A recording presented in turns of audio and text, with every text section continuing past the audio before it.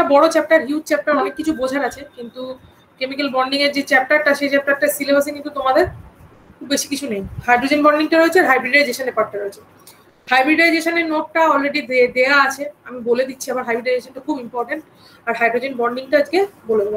Hydrogen bonding এর ব্যাপারটা এখানে আমি তোমাদেরকে নোটসটা এখানে করে দিচ্ছি। আর হাইব্রিডাইজেশনের নোটটা আগে থেকেই দেয়া আছে গ্রুপে, আমি তবুও আজকে আরেকবার শেয়ার করে দেবো, ঠিক আছে? কারো কোনো অসুবিধা থাকলে জিজ্ঞাসা করো, এটা কিন্তু খুব ইম্পর্টেন্ট চ্যাপ্টার। দেখো হাইড্রোজেন বন্ডিং কি, হাইড্রোজেন বন্ডিংটা খানিকটা আমরা প্রথম যে চ্যাপ্টারটা পড়েছিলাম তোমার 12-এই বোধহয়, হ্যাঁ 12-এর প্রথম যে চ্যাপ্টারটা পড়েছিলাম, সেই চ্যাপ্টারটাতে আমরা বন্ডিং এর ব্যাপারটা খানিকটা একটু জেনেছিলাম। সমযোজী বন্ধন, অসমযোজী বন্ধন, হাইড্রোজেন বন্ধন। হাইড্রোজেন বন্ডিংটা আমরা দেখেছিলাম জলের ক্ষেত্রে, তাই না? জলের ক্ষেত্রে হাইড্রোজেন বন্ডিংটা, হাইড্রোজেন বন্ডিংটা হচ্ছে একটা খুব ইম্পর্টেন্ট বন্ডিং, যেটা হয়তো সমযোজী বন্ধনের মতো এতটা স্ট্রং নয়, কিন্তু খুব এফেক্টিভ, ঠিক আছে? হাইড্রোজেন বন্ডিংটা ভীষণ এফেক্টিভ। তাহলে এখানে কি বলেছে দেখো, হাইড্রোজেন বন্ডিং এ আমরা যখন পড়বো, প্রথমে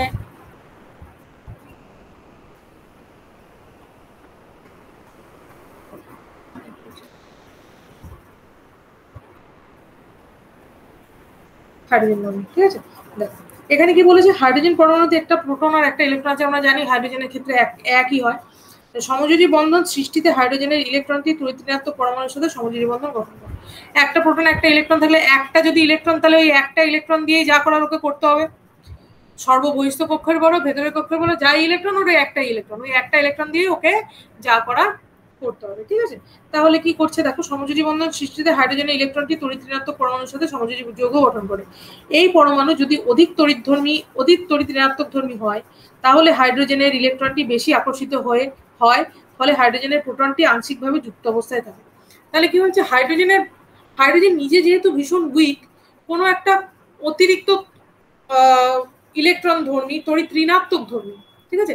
তড়িৎ ঋণাত্মক ধর্মী যখন কোনো মৌলের সাথে, কোনো পরমাণুর সাথে যুক্ত হচ্ছে, তখন কি করছে, যুক্ত হওয়ার সময় ইলেকট্রনটা তো যুক্ত হচ্ছেই, খানিকটা আকর্ষণ বল কিন্তু প্রোটনটার উপরেও কাজ করছে। তা হাইড্রোজেন নিজে এতটাই উইক যে অধিক তড়িৎ ঋণাত্মক ধর্মী কোনো পরমাণুর সাথে যখন যুক্ত হচ্ছে, তখন ইলেকট্রনটা তো যুক্ত হচ্ছেই, কারণ ওর সর্ববহিষ্ঠ কক্ষের বলো, ভেতরের কক্ষের বলো, একটা ইলেকট্রন।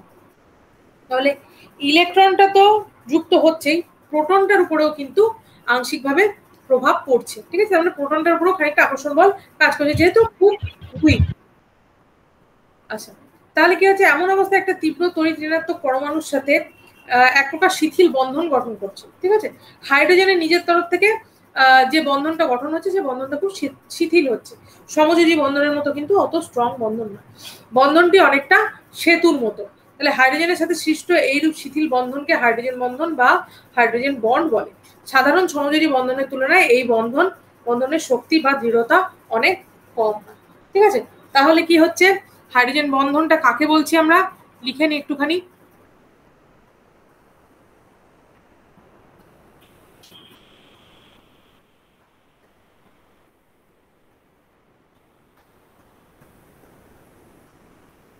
হাইড্রোজেন পরমাণুর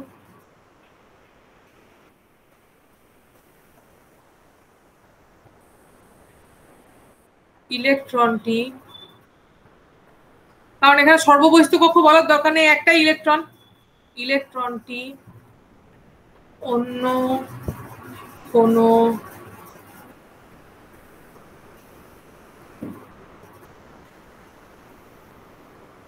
অধিক তড়িৎ ঋণাত্মক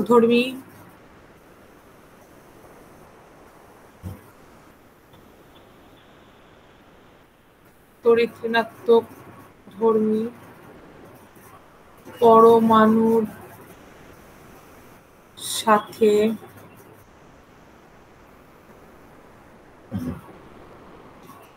যে শিথিল বন্ধন গঠন করে,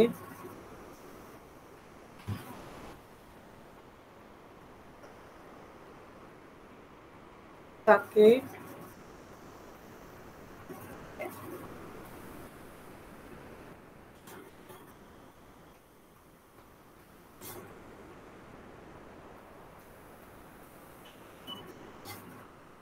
হাইড্রোজেন বন্ধন বলে।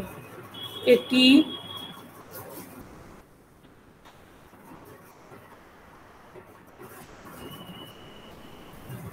সমযোজী বন্ধনের থেকে কম দৃঢ়, এটি সমযোজী বন্ধনের থেকে কম দৃঢ়। ঠিক আছে, তার মানে সমযোজী বন্ধনের থেকে অনেক আলগা বন্ধনটা। হাইড্রোজেন ফ্লোরাইডের ক্ষেত্রে বন্ধনটা কিরকম হয় দেখো, খুব শিথিল বন্ধন হয়, স্ট্রং বন্ধন হয় না, তারপরে চট করে ভেঙে যেতে পারে। চট করে ভেঙে যেতে পারে তো অবশ্যই, কারণ জলটা কত তাড়াতাড়ি ভেঙে যায়। আমরা বরফ থেকে জলকে গলাতে বা জলকে ফোটাতে তো খুব কম আমাদের সেই অনুযায়ী টেম্পারেচার খুব কম লাগে। কোনো মেটালের ক্ষেত্রে যেরকম টেম্পারেচার লাগে তার থেকে কিন্তু অনেক কম টেম্পারেচার লাগে। সেই জন্য এই দেখো এইখানে এই হাইড্রোজেনটা ফ্লোরিনের সাথে যুক্ত হলো, এরকম তো অনেকগুলো হাইড্রোজেন আর ফ্লোরিন থাকবে, পরেরটা এভাবে যুক্ত হলো। এই ড্যাশ ড্যাশ দিয়ে কেন দেখানো হয়েছে, কারণ বন্ধনটা শিথিল বন্ধন। ঠিক আছে, এটা H প্লাস F এর সাথে F মাইনাস, আবার এ আর একটা H এর সাথে যুক্ত হবে H প্লাস F মাইনাস, এরকম ভাবে বন্ধনটা তৈরি হতে পারে। ঠিক আছে, আচ্ছা এই হলো তোমার হাইড্রোজেন ফ্লোরাইড। হাইড্রোজেন ফ্লোরাইডের ক্ষেত্রে বর্ণনাটা কি দিয়েছে একটুখানি দেখে নাও। হাইড্রোজেন ফ্লোরাইডের অণুতে F পরমাণু আংশিক ঋণাত্মক তড়িৎধর্মী হয় যখন হাইড্রোজেন পরমাণু আংশিকভাবে ধনাত্মক তড়িৎধর্মী। এইরূপ অণুকে আয়নিক যৌগ বলে। এইরূপ দুটি যৌগ তড়িতাকর্ষণের ফলে কাছাকাছি এসে দুর্বল বন্ড তৈরি করে, এই বন্ডটাকে হাইড্রোজেন বন্ধন বা হাইড্রোজেন বন্ড বলে। ঠিক আছে, এই হলো তোমার হাইড্রোজেন ফ্লোরাইডের তোমার তড়িৎ বিশ্লেষণটা কিভাবে, সরি তড়িৎ বিশ্লেষণ বলছি, পারমাণবিক বিশ্লেষণটা কিভাবে হচ্ছে সেটা। এরপরে যেটা সবচেয়ে ইম্পর্টেন্ট আমাদের যেটা করতে হয় হাইড্রোজেন বন্ড পড়তে গেলে, সেটা হচ্ছে জল।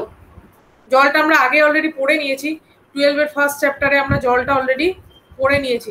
জলের অণুটার স্ট্রাকচার কিরকম হয়, একটা হাইড্রোজেন দুটো অক্সিজেনের সাথে যুক্ত হয়, তাহলে জলের অণুটা কিরকম দেখতে হয়,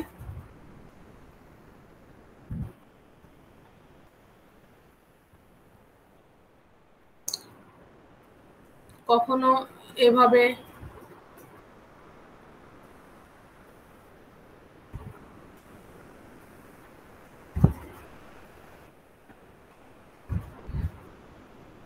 হাইড্রোজেন বন্ধনগুলো সবসময় উইক বন্ধন হবে। ঠিক আছে, হাইড্রোজেন বন্ধনগুলো সবসময় উইক বন্ধন হবে, এই জন্য আমরা ড্যাশ দিয়ে দেখো, এগুলো তো আমরা ড্যাশ দিয়ে দেখাবো।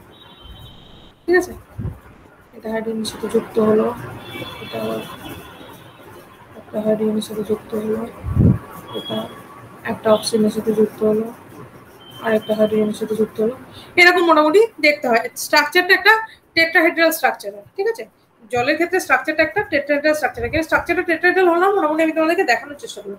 দেখো, অক্সিজেন একটি তড়িৎ ঋণাত্মক মৌল এবং ব্যাসার্ধে ছোট। অক্সিজেনের নিঃসঙ্গ ইলেকট্রন যুগল। নিঃসঙ্গ ইলেকট্রন যুগল কেন, কারণ অক্সিজেনের ক্ষেত্রে কটা থাকে গো, 8টা থাকে, তাহলে একটাতে প্রথমটায় 6টা থাকবে, প্রথম কক্ষপত্রে 6টা থাকবে, তাহলে দ্বিতীয়টায় 2টো বাকি থাকছে, তাহলে নিঃসঙ্গ ইলেকট্রন যুগলের সাহায্যে হাইড্রোজেনের সঙ্গে পরমাণু গঠন করছে। তাহলে ফলে অনেকগুলো জলের অণু হাইড্রোজেন বন্ধনে আবদ্ধ হয় এবং সংযোজিত অণুতে পরিণত হয়। তার মানে তাহলে অক্সিজেনের ক্ষেত্রে অক্সিজেনের সর্ববহিস্থ কক্ষের 2টো ইলেকট্রন হাইড্রোজেনের সঙ্গে যুক্ত হচ্ছে, হাইড্রোজেনের সঙ্গে যুক্ত হচ্ছে, পরস্পর যুক্ত হয়ে তো একটা পরমাণু তৈরি করছে, যে পরমাণুটার নাম হচ্ছে H2O বা জল। ঠিক আছে, এবারে নেক্সট হচ্ছে আমাদের জল হয়ে গেল, এবার হচ্ছে বরফের কেলাস। ওই বরফের কেলাসের জলের মধ্যে বিরাট কিছু পার্থক্য নেই, তবুও একবার বরফের কেলাসটা একটু স্ট্রং হয়, কারণ বন্ধনটা ওখানে একটুখানি স্ট্রং হয়। জলটা তো লিকুইড, তাহলে জলটা কম স্ট্রং হয়। বরফের কেলাসে অক্সিজেন পরমাণু 4টি হাইড্রোজেন পরমাণুর দ্বারা পরিবেষ্টিত হয় এবং একটি চতুস্তলক গঠন করে। তার মানে অক্সিজেনের চারপাশে 4টে হাইড্রোজেন থাকতে পারে। অক্সিজেনের চারপাশে এইটাতেই দেখো আমাদের 3টে হাইড্রোজেন হয়েছে, এটাতে দেখো 3টে হাইড্রোজেন হয়েছে, আরেকটা হাইড্রোজেন এভাবে যুক্ত হতে পারে, এইরকম একটা স্ট্রাকচার গঠন করে। তাহলে 4টে হাইড্রোজেনের সাথে যুক্ত হয়, 2টি H পরমাণু অপর 2টি জলের অণু থেকে অক্সিজেনের 2 জোড়া নিঃসঙ্গ ইলেকট্রনের সাথে H বন্ধনীতে আবদ্ধ হয়। তাহলে দেখো এখানে অনেকগুলো, একটা H পরমাণু অনেকগুলো O এর সাথে যুক্ত হচ্ছে, কেন বলতো, হাইড্রোজেনের ক্ষেত্রে কি, হাইড্রোজেনের ক্ষেত্রে তোমার একটা ইলেকট্রন আছে, তাহলে একটা ইলেকট্রন যদি থাকে, হ্যাঁ একটা ইলেকট্রন থাকলে সে একটা ইলেকট্রনের সাথে যুক্ত হতে পারবে, সে তো 2টো ইলেকট্রনের সাথে যুক্ত হতে পারবে না, একটা করে ইলেকট্রন বেঁচে যাচ্ছে, সেই জন্যই একটা অক্সিজেনের চারপাশে চারটে হাইড্রোজেন পরমাণু থাকে, যাতে বন্ধনটা মোটামুটি খানিকটা স্ট্রং হয় জলের থেকে। ঠিক আছে, একটা অক্সিজেনের চারপাশে চারটে হাইড্রোজেন যখন থাকবে তখন বন্ডিংটা একটুখানি স্ট্রং হবে, জলের তুলনায় বন্ডিংটা একটুখানি স্ট্রং হবে। তাহলে কি হবে, তাতে কি হবে, এই চতুস্তলক আকারটাও গঠন করবে, আর কি হয় তোমার জলের থেকে এটা একটুখানি স্ট্রং হয়। ঠিক আছে, এই হলো বরফ।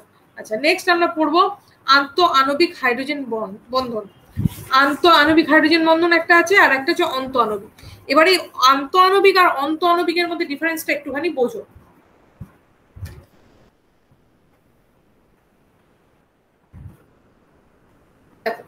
আন্ত আণবিক বলতে দুটো আলাদা আলাদা অণুর মধ্যে যখন রাসায়নিক বন্ধনটা গঠিত হচ্ছে।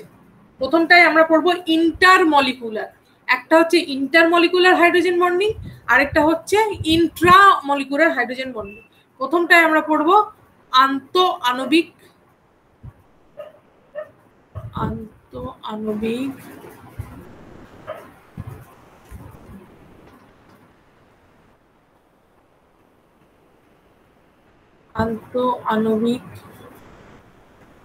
হাইড্রোজেন বন্ধন। ঠিক আছে, ইন্টারমলিকুলার, এই জিনিসটা একটুখানি মনে রেখো ভালো করে, ইন্টারমলিকুলার। নেক্সট আমরা বলবো ইন্ট্রামলিকুলার। তাহলে ইন্টারমলিকুলার বলতে দুটো আলাদা আলাদা পরমাণুর মধ্যে রাসায়নিক বিক্রিয়া যখন হচ্ছে। ঠিক আছে, এইরূপ হাইড্রোজেন বন্ধনে দুই বা ততোধিক একই যৌগের অণুগুলি যুক্ত হয়ে একটি সংযোজিত অণু উৎপন্ন করে, যেমন অ্যালকোহল, জৈব acid, alcohol, ethyl alcohol, methyl alcohol, এগুলোর ক্ষেত্রে রাসায়নিক সংকেতটা কি গো, CH4OH। ঠিক আছে, কোনোটাই হয় CH3COONA। ঠিক আছে, এই ধরনের এগুলো হচ্ছে তোমার রাসায়নিক বন্ধন। ঠিক আছে, এখানে রাসায়নিক বন্ধনে তাহলে দেখো শুধু হাইড্রোজেন আর অক্সিজেন থাকছে না, কিন্তু শুধু হাইড্রোজেন আর অক্সিজেন থাকছে না, তার সাথে কার্বনটাও থাকছে। জলের ক্ষেত্রে আমরা দেখেছিলাম একটার সাথে যুক্ত হচ্ছে মানে অক্সিজেনের সাথে যুক্ত হচ্ছে, তাহলে একটা পরমাণুর মধ্যেই রাসায়নিক বিক্রিয়াটা হয়ে যাচ্ছিল। কিন্তু এখানে দেখো আন্ত আণবিক মানে হচ্ছে দুটো আলাদা আলাদা রাসায়নিক বিক্রিয়া হচ্ছে। দেখো, ঠিক আছে, CH3CH4OH। ঠিক আছে, OH-টা একটা মূলক, তাহলে এটাকে আমরা একটা আলাদা পরমাণু ধরবো। আবার CH4টা একটা CH4+, এটাকে একটা আলাদা পরমাণু ধরবো। এদের মধ্যে যখন রাসায়নিক বন্ধনটা হচ্ছে, তার মানে রাসায়নিক বন্ধনটা এখানে এই CH এর একটা H এর সাথে রাসায়নিক বন্ধনটা হচ্ছে। ঠিক আছে, এই রাসায়নিক বন্ধনটাকে আমরা বলবো আন্ত আণবিক রাসায়নিক বন্ধন। এটাকে আমরা বলবো আন্ত আণবিক রাসায়নিক বন্ধন, কারণ এখানে OH-টা একটা আলাদা পরমাণু ধরছি, আলাদা অণু ধরছি, আর CH4টাকে আমরা আলাদা অণু ধরছি। কেন? কারণ এটা নিজের একটা মূলক, OH-টা একটা মূলক, ওটা কখনো আলাদাভাবে থাকে না। অক্সিজেনটা আর হাইড্রোজেনটা OH এর মধ্যে কিন্তু আলাদাভাবে থাকতে পারে না। আবার CH4টাও ঠিক তাই, CH4টাও কিন্তু আলাদাভাবে থাকতে পারে না, CH4টা মূলক হিসেবেই থাকবে। তাহলে এই দুটো যখন পরস্পরের সাথে যুক্ত হচ্ছে, যে রাসায়নিক বন্ধনটা বা যে হাইড্রোজেন বন্ধনটা গঠন হচ্ছে, সেই বন্ধনটাকে আমরা বলবো আন্ত আণবিক হাইড্রোজেন বন্ধন। দুটো আলাদা আলাদা অণুর মধ্যে যখন হাইড্রোজেন বন্ধন তৈরি হচ্ছে, দুটি পৃথক অণুর মধ্যে যখন রাসায়নিক বন্ধন তৈরি হবে, তাকে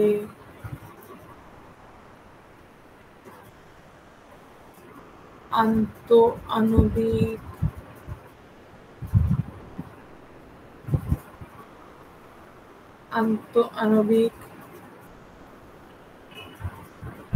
রাসায়নিক বন্ধন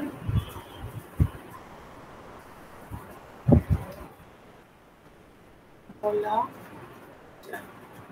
এই হলো আন্ত আণবিক রাসায়নিক বন্ধন। এবারে আমরা পড়বো কি অন্ত আণবিক রাসায়নিক বন্ধন, মানে ইন্ট্রামলিকুলার রাসায়নিক বন্ধন। ঠিক আছে, ইন্ট্রামলিকুলার রাসায়নিক বন্ধন। ঠিক আছে, এই ধরনের হাইড্রোজেন বন্ধনে একটি অণুর মধ্যস্থ তীব্র তড়িৎ ঋণাত্মক পরমাণুর সাথে এই অণুর মধ্যে উপস্থিত হাইড্রোজেন পরমাণু হাইড্রোজেন বন্ধন গঠন করে। একে আন্ত আণবিক বা ইন্ট্রামলিকুলার হাইড্রোজেন বন্ধন বলে। এখানে যেরকম উদাহরণ দিয়েছে স্যালিসালডিহাইড, ও নাইট্রোফেনল, এগুলো দিয়েছে তোমার উদাহরণ। ঠিক আছে, তার মানে একটা অণুর মধ্যেই ঠিক আছে, একটা অণুর মধ্যেই যখন হাইড্রোজেন বন্ধন গঠন হচ্ছে, তাহলে এটাকে আমরা কি বলবো? অন্ত আণবিক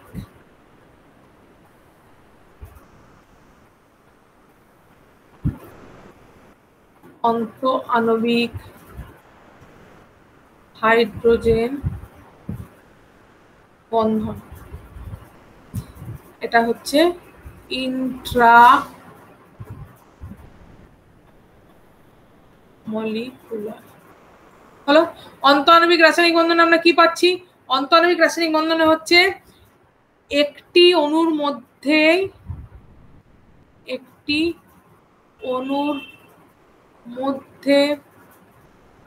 যখন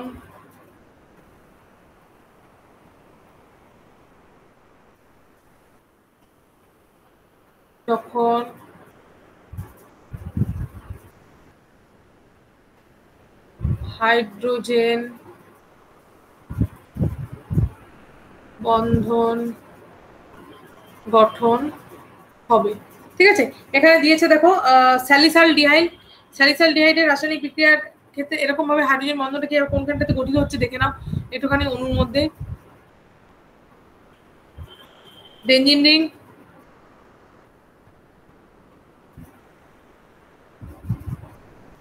এটা হলো একটা বেঞ্জিন। এবারে দেখো এখানে রয়েছে একটা অক্সিজেন, এখানে রয়েছে একটা কার্বন। এই কার্বনটার সাথে একটা হাইড্রোজেন বন্ধন গঠিত হচ্ছে, এই অক্সিজেনটার সাথে একটা হাইড্রোজেন বন্ধন গঠিত হচ্ছে। ঠিক আছে, এই অক্সিজেনটার সাথে একটা হাইড্রোজেন বন্ধন গঠিত হচ্ছে, আবার এই হাইড্রোজেনটার সাথে আরেকটা অক্সিজেনের বন্ধন গঠিত হচ্ছে। এই অক্সিজেন দুটোর মধ্যে কার্বন আর অক্সিজেনের মধ্যে একটা বন্ধন গঠিত হচ্ছে। তাহলে এই যে বন্ডটা আর এই বন্ডটা কিন্তু খুব উইক বন্ড হচ্ছে। ঠিক আছে, এই বন্ডটা কিন্তু এই যে বন্ডটা যেখানটাতে আমি ক্রস দিচ্ছি, এই বন্ডটা কিন্তু স্ট্রং বন্ড। কেন? এটা একটা মূলক, সিএইচটা একটা মূলক। ঠিক আছে, কিন্তু এইখানে এই যে হাইড্রোজেনটা, ধরো কালারটা আমি চেঞ্জ করি তাহলে বুঝতে পারবে। এইখানে দেখো এই যে হাইড্রোজেনটার সাথে অক্সিজেনের বন্ডটা হচ্ছে, এটা কিন্তু খুব উইক বন্ড, এটা খুব উইক বন্ড। আবার এই হাইড্রোজেনের সাথে অক্সিজেনের যে বন্ডটা হচ্ছে সেটাও কিন্তু খুব উইক বন্ড। এগুলো হচ্ছে, এই দুটো হচ্ছে উইক বন্ড। ঠিক আছে, এটা উইক বন্ড। তাহলে এইটা হচ্ছে এই হাইড্রোজেন পরমাণু, এই যে বন্ধনটা গঠিত হচ্ছে স্যালিসালডিহাইডে, এই বন্ধনটাকে আমরা বলবো অন্তঃআণবিক রাসায়নিক বিক্রিয়া, এই অন্তঃআণবিক হাইড্রোজেন বন্ধন। তাহলে আন্তঃআণবিক হাইড্রোজেন বন্ধন আর অন্তঃআণবিক হাইড্রোজেন বন্ধনের কনসেপ্টটা ক্লিয়ার হয়েছে সবার? আন্তঃআণবিক আর অন্তঃআণবিকের মধ্যে কনসেপ্টটা ক্লিয়ার হয়েছে সবার? নেক্সট আমরা চলে যাব হাইড্রোজেন বন্ধনের প্রভাব। হাইড্রোজেন বন্ধনের প্রভাব আমাদের লাইফে আমরা প্রচুর পরিমাণে দেখতে পাই। এই যে দেখো আমাদের চুলগুলো যে ভেঙে যায় না, ওখানেও কিন্তু কার্বন আর হাইড্রোজেনের একটা বন্ডিং তৈরি হয়। ঠিক আছে, কার্বনের একটা বন্ডিং তৈরি হয়। এই যে জল ফোটে, এখানেও কিন্তু হাইড্রোজেন বন্ধন। ঠিক আছে, তো দেখি হাইড্রোজেন বন্ধনের প্রভাবগুলো কি কি। প্রথমটা বলেছে হাইড্রোজেন বন্ধন বিভিন্ন যৌগের ধর্মকে প্রভাবিত করে। হাইড্রোজেন বন্ধনের প্রভাবে কতগুলি অণু আছে যারা সংযোজিত অবস্থায় থাকে, ফলে যৌগগুলির আণবিক ওজন বৃদ্ধি পায়, সাথে সাথে যৌগগুলির গলনাঙ্ক স্ফুটনাঙ্ক বৃদ্ধি পায় এবং উদ্বায়িতা হ্রাস পায়। যেমন হাইড্রোজেন বন্ধনের জন্য NH3, H2O, HF যৌগগুলির গলনাঙ্ক স্ফুটনাঙ্ক বেশি হয় এবং অন্যান্য হাইড্রাইড যৌগের থেকে বেশি হয়।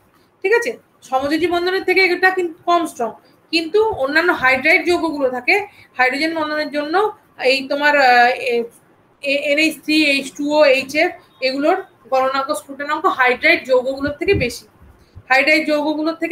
বেশি হয়। ঠিক আছে, এটা হচ্ছে 1 নম্বর হাইড্রোজেন বন্ধনের প্রভাব। স্বাভাবিকভাবে একটা অন্তঃআণবিক বা আন্তঃআণবিক যাই বন্ধন হোক, খানিকটা তো স্ট্রেংথ থাকবে, তাই না? তো সেই জন্য এটার গলনাঙ্ক স্ফুটনাঙ্ক অন্যান্য হাইড্রাইড যৌগগুলোর থেকে বেশি। নেক্সট পয়েন্ট হচ্ছে যখন 2 বা ততোধিক অণু হাইড্রোজেন বন্ধনে যুক্ত হয়, তখন অণুগুলি একটি সংযোজিত অণু বা অ্যাসোসিয়েট মলিকুল গঠন করে। 2 বা ততোধিক অণু হাইড্রোজেন বন্ধনে যুক্ত হয়, তখন অণুগুলি দুই বা ততোধিক অণু হাইড্রোজেন বন্ধনে যুক্ত হয় তখন অণুগুলি একটি সংযোজিত অণু বা অ্যাসোসিয়েট মলিকুল গঠন করে। ঠিক আছে, অ্যাসোসিয়েট মলিকুল একটা গঠন করে। 2 নম্বর হলো এটা। 3 নম্বর হচ্ছে সাধারণ অ্যালকোহল হাইড্রোজেন বন্ধনের জন্য জলে দ্রবীভূত হয়। সাধারণ অ্যালকোহল মানে ইথাইল অ্যালকোহল, মিথাইল অ্যালকোহল যাই বলো, এটা জলে দ্রবীভূত হয় কেন? কারণ ওর মধ্যে হাইড্রোজেন বন্ধন থাকে। হাইড্রোজেন বন্ধন জলের ক্ষেত্রে হাইড্রোজেন বন্ধন, ওর ক্ষেত্রে হাইড্রোজেন বন্ধন, এই জন্য এরা জলে দ্রবীভূত হয়ে যায়। এই হলো মোটামুটি তোমাদের হাইড্রোজেন বন্ধন। হাইড্রোজেন বন্ধনের হাইড্রোজেন বন্ধন কাকে বলে আমরা পড়লাম। হাইড্রোজেন বন্ধনের 3টে উদাহরণ দেখলাম, হাইড্রোজেন ফ্লুরাইড দেখলাম, জল দেখলাম, বরফ দেখলাম। আর যেটা হাইড্রোজেন বন্ধনের দুটো ভাগ পড়লাম, আন্তঃআণবিক হাইড্রোজেন বন্ধন আর অন্তঃআণবিক হাইড্রোজেন বন্ধন। আন্তঃআণবিক হাইড্রোজেন বন্ধনটা হচ্ছে আন্তঃআণবিক হাইড্রোজেন বন্ধনটা হচ্ছে তোমার যেখানে দুটো আলাদা আলাদা অণুর মধ্যে হাইড্রোজেন বন্ধন গঠন হচ্ছে। যখন দুটো আলাদা আলাদা অণুর মধ্যে হাইড্রোজেন বন্ধন গঠন হচ্ছে সেটাকে আমরা বলবো আন্তঃআণবিক হাইড্রোজেন বন্ধন। আর যখন একই অণুর মধ্যে হাইড্রোজেন বন্ধন গঠন হচ্ছে, একই অণুর মধ্যে একাধিক হাইড্রোজেন বন্ধন থাকতে পারে, তার মধ্যে কিছু হয়তো স্ট্রং হবে, কিছু উইক হবে, যে বন্ধনগুলো উইক হবে সেই হাইড্রোজেন বন্ধনগুলোকে আমরা বলবো অন্তঃআণবিক হাইড্রোজেন বন্ধন।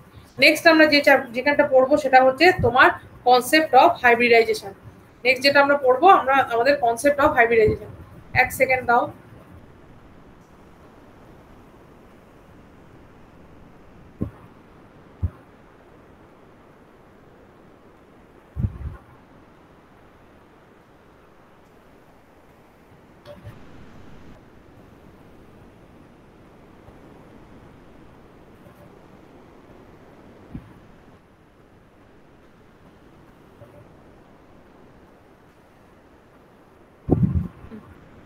দেখো হাইব্রিডাইজেশনের নোটটা অলরেডি আমার রেডি করা আছে, আমি গ্রুপে আরেকবার দিয়ে দেবো তোমাদেরকে, দেখে নাও। হাইড্রোজেন বন্ধনের দেখো হাইড্রোজেন বন্ধনে এখানে কতগুলো ভাগ যেগুলো আছে, sp3 হাইব্রিডাইজেশন, sp2 হাইব্রিডাইজেশন, এগুলো আমি এখানে ডিটেলসে বলেছিলাম। তাহলে প্রথমে আমাদের যেটা জানতে হবে সেটা হচ্ছে হাইব্রিডাইজেশন কাকে বলে।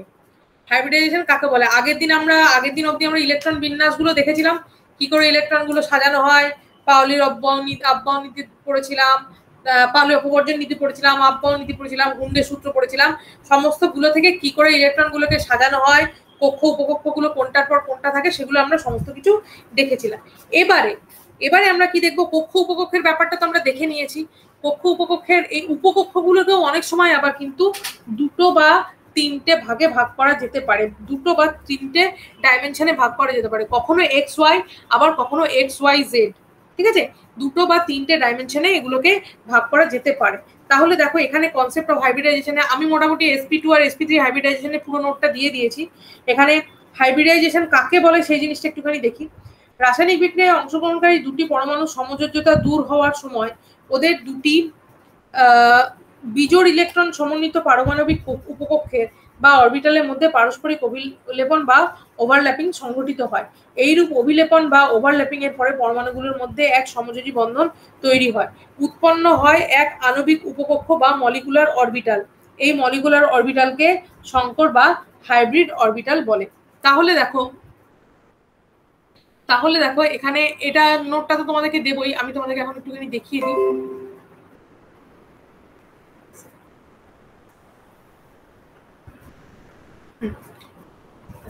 দেখো এখানে আমি একটুখানি তোমাদেরকে দেখিয়ে দিই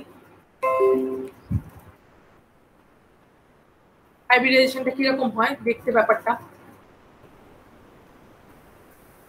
নেক্সট আমরা পড়বো হচ্ছে হাইব্রিডাইজেশন। দেখো হাইব্রিডাইজেশনে কি বলছে, বেসিক্যালি কক্ষ উপকক্ষগুলো এরকম ডাম্বেলের মতো দেখতে হয়, আমরা পড়েছি একটা একটা করে এরকম ডাম্বেলের মতো দেখতে হয়। তাহলে যখন এই উপকক্ষগুলো বা কক্ষগুলো পরস্পরের সাথে ওভারল্যাপ করে যায়, সাপোজ এই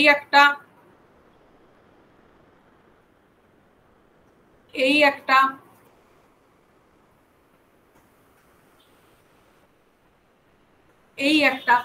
এরকম ভাবে যখন ওভারল্যাপ করে যায় তখন এই হাইব্রিডাইজেশনটাকে আমরা তোমার এক একটা করে নাম দিয়ে থাকি। এই যে এইগুলো যখন ওভারল্যাপ করে যায় তখন এই যে সিস্টেমটাকে, এটাকে আমরা বলি হাইব্রিডাইজেশন। সাপোজ এটা এক্স, এটা ওয়াই, এটা জেড। ঠিক আছে, তাহলে তিনটে ডাইমেনশন হয়ে গেল, এক্স ওয়াই জেড তিনটে ডাইমেনশন হয়ে গেল। তখন এই যে হাইব্রিডাইজেশনটা হয় যখন ওভারল্যাপিং হচ্ছে, যখন কক্ষ উপকক্ষগুলোর মধ্যে ওভারল্যাপিং হচ্ছে, ওভারল্যাপিং হলে তখন সেই যে স্ট্রাকচারটা গঠন হয়, যে জিনিসটা যে তোমার প্রসেসটার মাধ্যমে গঠিত হয় ওভারল্যাপিংটা, সেটাকে আমরা বলবো হাইব্রিডাইজেশন। ঠিক আছে, সেটাকে আমরা বলবো হাইব্রিডাইজেশন। এইভাবে যে অণু উৎপন্ন হয় সেই অণুর মধ্যে ইলেকট্রন দুটির ঘূর্ণন অবশ্যই, আমরা স্পিন কোয়ান্টাম নাম্বার পড়েছিলাম মনে আছে? হ্যাঁ, স্পিন কোয়ান্টাম নাম্বারটা কিন্তু এই এখানে কাজ করে।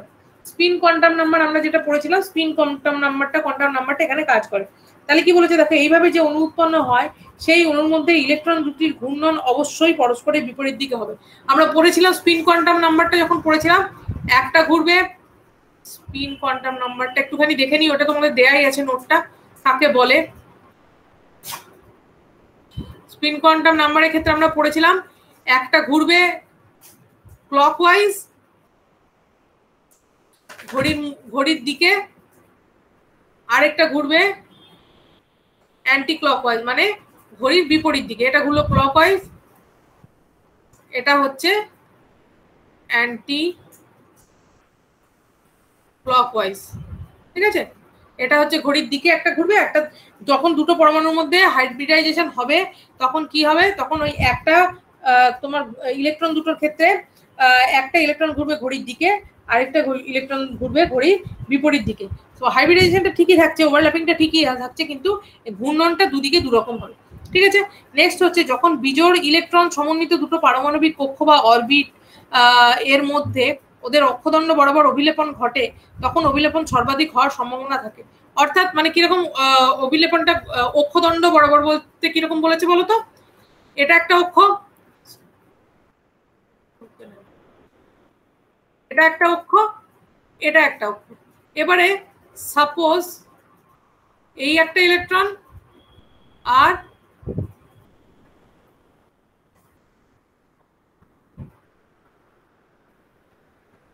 এই একটা ইলেকট্রন, তার মানে এক্স অ্যাক্সিস বরাবর একটা ইলেকট্রন আর ওয়াই অ্যাক্সিস বরাবর। এই যে ওভারল্যাপিংটা হয়, এই টোটাল ওভারল্যাপিংটা কিন্তু খুব স্ট্রং হয়।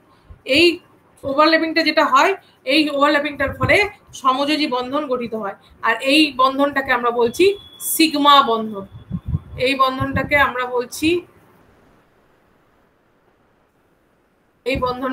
আমরা বলছি সিগমা বন্ধন। ঠিক আছে, এই বন্ধনটার ফলে সমযোজী বন্ধন গঠিত হয়, এটাকে আমরা সিগমা বন্ধন বলছি। ঠিক আছে, আচ্ছা নেক্সট হচ্ছে দুটো এস অরবিটাল, যে একটি এস ও একটি পি এবং দুটি পি অরবিটাল এর পারস্পরিক অভিলেপনে সিগমা বন্ধন তৈরি হয়।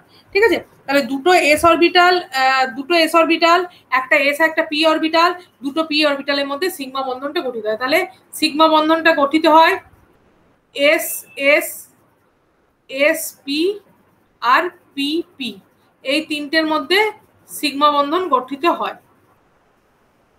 সিগমা বন্ধন গঠিত হয়।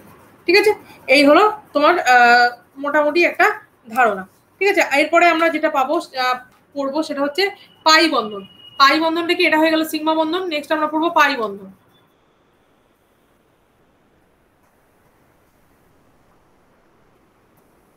পাই বন্ধন আমি বাংলাতেও লিখে দিচ্ছি, পরে যদি ইয়েটা ভুলে যাও। পাই বন্ধন, পাই বন্ধনটা কি দেখো, পাই বন্ধনটা কিরকম হয়, যখন দুটো অরবিটালের মধ্যে পাশাপাশি অভিলেপন ঘটে বা ওভারল্যাপিং ঘটে তখন সমযোজী বন্ধন যে সৃষ্টি হয় তাকে আমরা পাই বন্ধন বলছি। তাহলে পাই বন্ধনটা কিরকম দেখতে, এটা আমরা দেখে নিলাম এক্স অ্যাক্সিস আর ওয়াই অ্যাক্সিস বরাবর। এবারে পাই বন্ধনটা এক্স্যাক্টলি হয় এরকম, এই একটা এই একটা, আবার সাপোজ এই একটা। এই যে বন্ধনটা গঠিত হচ্ছে যখন পাশাপাশি হচ্ছে, ওভারল্যাপিংটা যখন পাশাপাশি যখন ওভারল্যাপিং হচ্ছে তখন সেখানে তৈরি হয়ে যাচ্ছে, পাশাপাশি অভিলেপন হলে তৈরি হয়ে যাচ্ছে পাই বন্ধন। তাহলে কি বলেছিলাম, দুটো অক্ষ বরাবর যখন অভিলেপন হচ্ছে তখন আমরা পাচ্ছি সিগমা বন্ধন, S S S P P P মধ্যে হতে পারে। আর দুটো অক্ষ যখন দুটো ইলেকট্রন যখন পাশাপাশি ওভারল্যাপিং হচ্ছে তখন আমরা পেয়ে যাচ্ছি তোমার পাই বন্ধন। ঠিক আছে।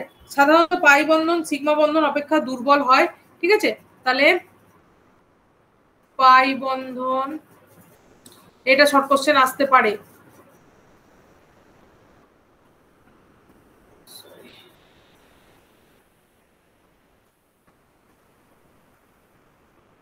পাই বন্ধন সিগমা বন্ধন অপেক্ষা, পাই বন্ধন সিগমা বন্ধন অপেক্ষা দুর্বল হয়।